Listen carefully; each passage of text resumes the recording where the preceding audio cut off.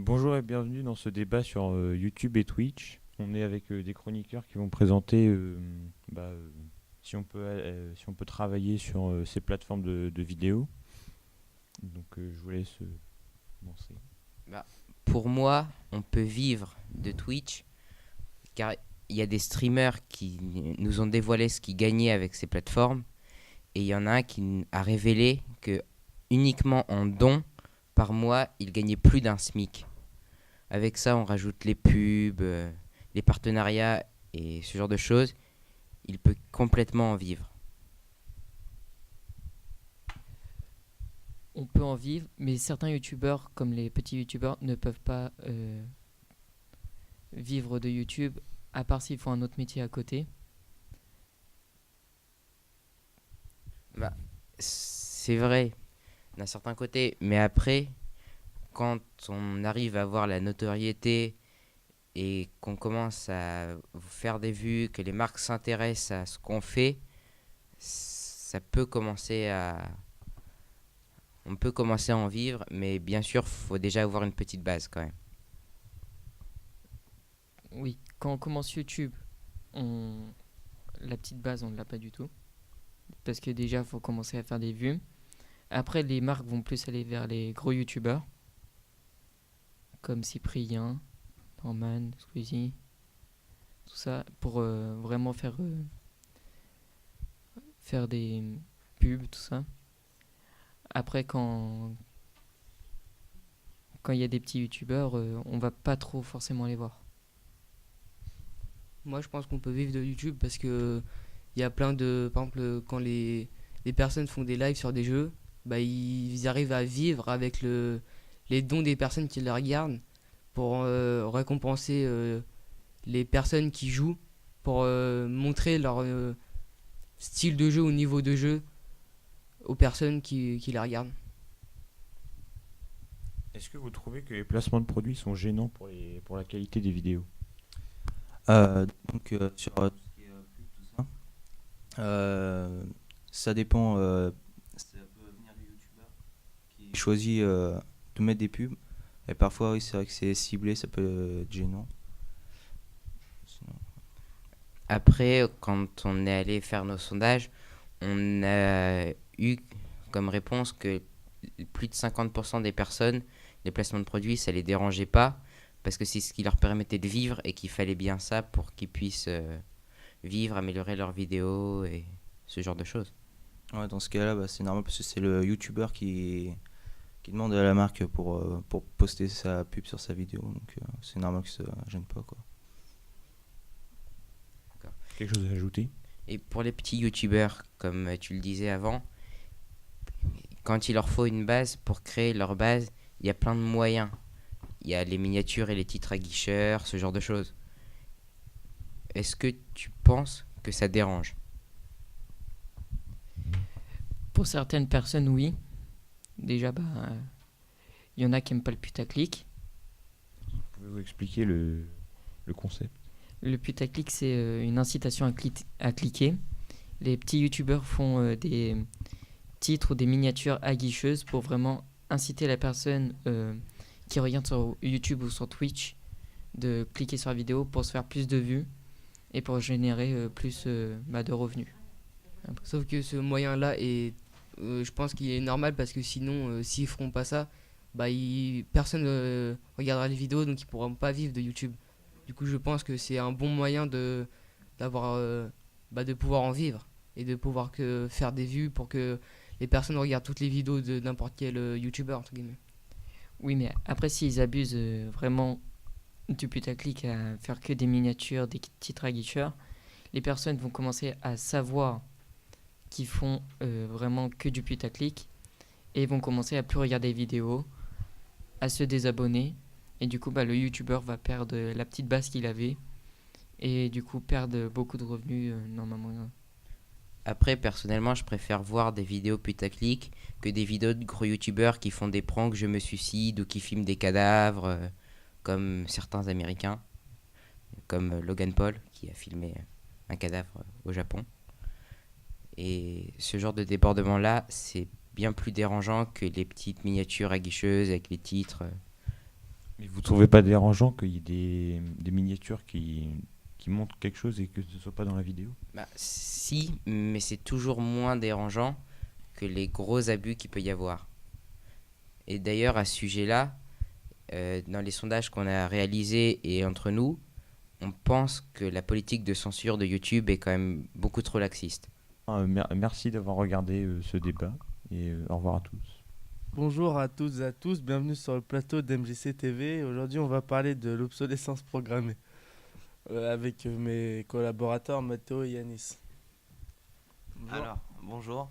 Donc l'obsolescence programmée, c'est quand le constructeur fait que son produit dure moins longtemps pour que le consommateur en rachète après plus rapidement.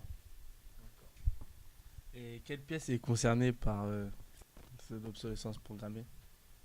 L'obsolescence programmée touche de nos jours beaucoup plus de pièces que ce qu'il était à l'époque. On le retrouve maintenant dans les consoles de jeux, les ordinateurs et même dans l'électroménager.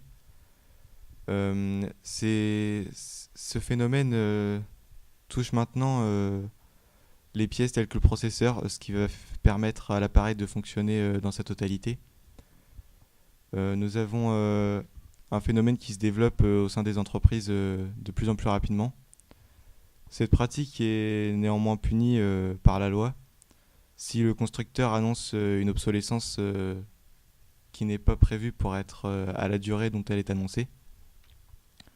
Par exemple, un sujet d'actualité, nous avons l'entreprise Apple qui est en ce moment est suivie par un procès concernant ses derniers iPhones, car elle a annoncé une obsolescence programmée au bout de seulement 2 ans, alors que la durée réelle des iPhones à pleine puissance n'était que d'1 an. D'accord. Et dans quoi il rentre l'obsolescence programmée? L'obsolescence programmée est principalement située dans les processeurs et dans les micropuces pour que l'appareil dure moins longtemps. Et ce dispositif est mis en place par une mise à jour. D'accord. Vous avez quelque chose à rajouter? Pour reciter un sujet qui fait assez polémique en ce moment, beaucoup de gens essayent de faire un débat entre les iPhones et les téléphones de marque Samsung concernant justement l'obsolescence programmée. Ils mettent le plus souvent en avant les téléphones Apple car c'est un des points forts de Samsung par rapport à Apple qui apparemment durerait plus longtemps. Mais cela est faux car les téléphones Apple possèdent les mêmes micropuces que celles de Samsung car elles sont justement fabriquées par Samsung. Donc l'obsolescence programmée est donc la même. D'accord. Merci d'avoir répondu à mes questions et au revoir. Au revoir. Au revoir. Bonjour, vous êtes sur Web TV Buisson. Je me présente, je m'appelle Léa et aujourd'hui je vais parler de l'homophobie et l'homosexualité avec Axel, Priscilla et Théo. Déjà, il faut savoir que dans 72 pays dans le monde, l'homosexualité est punie par la peine de mort. Je continue avec les chiffres. En 1996, 1281 victimes étaient tuées ou allaient en prison parce qu'elles étaient homophobes ou homosexuelles. Et aujourd'hui, il y en a 1263, ce qui est quand même énorme parce que on ne devrait pas être puni pour être homosexuel, pour aimer une personne du même sexe ou vivre naturellement, comme le diraient certaines personnes. Donc pour argumenter ça, on a fait une enquête de terrain donc, au lycée Buisson. On a posé des questions au personnel, etc. Et on a pu constater qu'ils ne se considéraient pas comme homophobes. Ils savaient ce que c'était d'être homosexuel et homophobe. Ils les respectaient. Enfin, ils disaient que c'était leur façon d'être. Enfin, ils pouvaient s'aimer comme ils voulaient. Enfin, ils pouvaient aimer comme ils voulaient. Que d'avoir des enfants homosexuels, ça ne les gênerait pas, même si ça les dérangerait un peu parce qu'ils n'auraient pas d'enfants naturels. Et aussi que la discrimination au collège et au lycée, c'était pas normal, que c'était pas un truc, enfin c'était pas égaux pour tous les élèves. Et voilà. Après, ces personnes-là sont des fonctionnaires de l'État et donc vont pas dire qu'elles sont homophobes ouvertement. Elles vont pas dire oui, je suis homophobe Non, mais alors même, que ce sont des fonctionnaires. ça se voit sur leur Après, visage. après les personnes que nous avons interviewées ont été naturelles. Ils n'ont pas eu de gêne à nous parler de ça. Donc, les personnes que nous avons interviewées étaient tolérantes, mais je pense que certains fonctionnaires sont obligés de cacher leur homophobie. Oui, je suis d'accord avec toi. Enfin, après, oui, c'est sûr, vu qu'ils travaillent pour l'État, ils peuvent pas dire ouvertement qu'ils sont homophobes, même ils doivent pas vraiment assumer. Mais après, qu'est-ce que tu en penses, toi, de l'homophobie? Personnellement, j'ai mené ma propre enquête donc sur des personnes homophobes.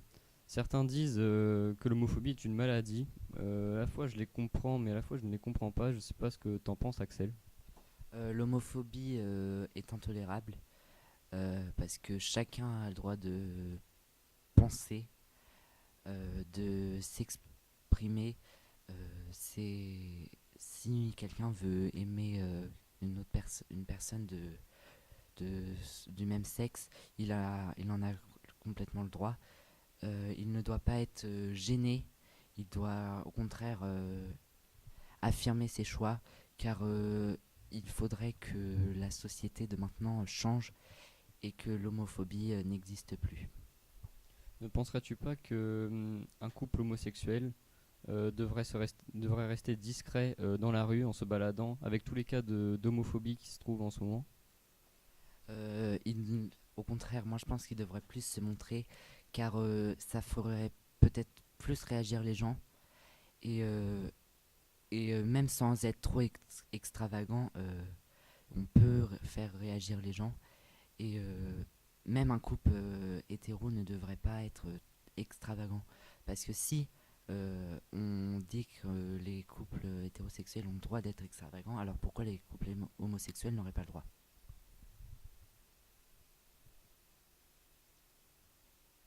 Vous avez encore quelque chose à dire ou c'est tout? Donc tu penses que les homosexuels doivent vivre comme des personnes normales et toi c'est le contraire. Tu penses qu'ils devraient se cacher et pas assumer ce qu'ils sont. Moi, je pense qu'avec tout ce qui se passe dans ce monde sur l'homophobie, je pense qu'il devrait rester caché. Il devrait pouvoir vivre homosexuel, mais en restant vraiment discret.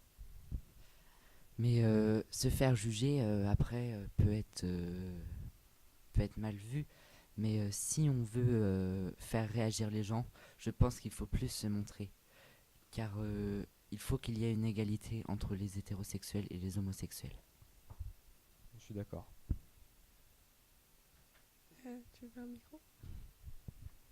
Bon bah merci de nous avoir écoutés et d'être restés jusqu'à la fin. Au revoir.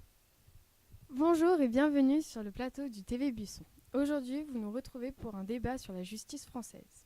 Je suis accompagnée de mes chroniqueuses, donc Juliane, Loni, Inès et Kathleen. Donc, nous avons posé quelques questions à plusieurs types de personnes. Donc, et on a commencé par cette première question qui est: est-ce qu'ils ont confiance à la justice française?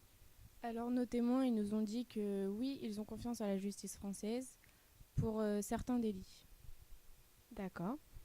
Nous allons passer du coup sur les droits des enfants, donc avec les avocats. Donc, est-ce qu'un enfant a le droit d'avoir un avocat? D'après notre témoignage, oui, ils ont droit à un avocat parce qu'ils ne sont pas assez matures et que c'est dans les droits de l'enfant d'avoir un avocat comme pour les adultes. D'accord. Est-ce que vous trouvez ça normal qu'un avocat pour mineur soit payant? Alors d'après les informations qu'on a eues par un professeur et un élève, non, ce n'est pas normal qu'un avocat soit payant car un élève n'a pas de revenus pour payer lui-même son avocat. Mais un professeur a dit que c'était normal car fallait que l'avocat soit payé et qu'il ait un revenu, un salaire. Donc, oui. D'accord, ce qui est logique en soi. Ouais. Du coup, est-ce qu'un mineur peut être condamné? Alors oui, un mineur peut être condamné, mais il faut qu'il ait fait quand même une chose assez grave. On va pas le condamner pour n'importe quel délit. Et un professeur que nous avons interrogé a dit qu'il fallait avoir au minimum 15 ans pour être condamné, pas moins. D'accord. Est-ce que vous êtes aussi d'accord avec le fait qu'un mineur doit avoir plus de 15 ans pour être condamné? D'accord. Donc, du coup, en parlant des condamnations, on peut passer sur le sujet des prisons. Donc, que pensez-vous des conditions d'incarcération des prisons? Je trouve que les conditions d'incarcération, elles sont pas très justes. Parce qu'entre un délit mineur, par exemple, avoir fait un excès de vitesse, ou un délit majeur, par exemple, un viol, on peut pas. La justice, elle gère pas bien les conditions d'incarcération. Par exemple, ils ont tous les 2-3 ans d'incarcération dans les prisons, alors qu'ils n'ont pas du tout fait le même délit, quoi. D'accord, donc la similarité des peines ne sont pas forcément justifiées. Vous êtes d'accord? Vous voulez dire quelque chose dessus ou pas? D'accord. Alors, du coup, au niveau de la sévérité de la justice, vous en pensez quoi? Les gens que nous avons interviewés, donc un agent d'entretien et 2 professeurs, sont d'accord pour dire que la justice est sévère pour certaines choses, est beaucoup trop sévère et pas assez sévère pour d'autres. Du coup, maintenant, un sujet qui n'est pas forcément très facile à en parler, c'est plutôt sur la peine de mort. Donc, est-ce que beaucoup de personnes sont pour ou contre la peine de mort? Alors, le professeur du lycée est d'accord pour la peine de mort pour certains crimes. L'agent technique est pas d'accord il ne veut pas qu'on enlève une vie aux personnes qui ont fait des délits. Et les infirmières, elles sont pour la peine de mort, mais suivant les actes, donc les crimes sexuels pour les petits ou pour les adultes et tout ça. D'accord. Et du coup, maintenant, pour toujours rester au niveau des peines, on parle de la prescription. Donc, que pensent les témoins au niveau de la prescription et de son temps? Les témoins pensent que la prescription est par exemple peut-être suffisante pour 3 ans pour une contravention. 6 ans pour un délit, c'est suffisant, pas forcément trop ni pas assez. Mais que par exemple pour un crime, un gros crime, par exemple un viol ou des choses comme ça, il y a des souvenirs qui peuvent revenir très longtemps après, que 20 ans, c'est beaucoup, c'est trop peu, parce que les gens ne peuvent pas être jugés selon leur crime. Et que par exemple qu'il n'y ait pas de prescription pour un délit contre l'humanité, c'est justifié. D'accord, donc ça en effet je trouve pas forcément juste qu'on puisse rien faire. Donc pour conclure ce débat, on a posé la question: est-ce que les Français sont-ils assez informés au niveau de la justice? Et je pose aussi la question auprès de mes chroniqueuses et d'avoir leur opinion. Je trouve que les Français ne sont pas vraiment assez informés par rapport à la justice, parce qu'ils savent pas trop tout ce qui se passe ce que font les avocats, comment ils les jugent, comment les prisonniers, ou comment ils sont dans les prisons, et voilà. Alors moi je suis tout à fait d'accord avec Juliane. Je trouve qu'on n'est pas assez informé sur les lois, sur les peines de prison, sur les avocats et tout ce qui se passe avec ça. Je suis d'accord avec les filles, et les personnes qu'on a pu interviewer sont d'accord avec nous. Pensent qu'à chaque fois ils nous répondaient qu'ils n'avaient pas assez de connaissances et pas assez de données pour répondre à nos questions vraiment entièrement. Je suis d'accord aussi avec mes collègues. Je suis pareil, je suis du même accord. On n'est pas assez informé, on n'en entend pas assez parler, même à la télévision, aux informations et autres. D'accord, je suis tout aussi d'accord que mes chroniqueuses, et il faudrait peut-être faire quelque chose pour que, même en tant que lycéens et lycéennes, qu'on soit plus informés. Donc, merci de nous avoir regardés. À bientôt.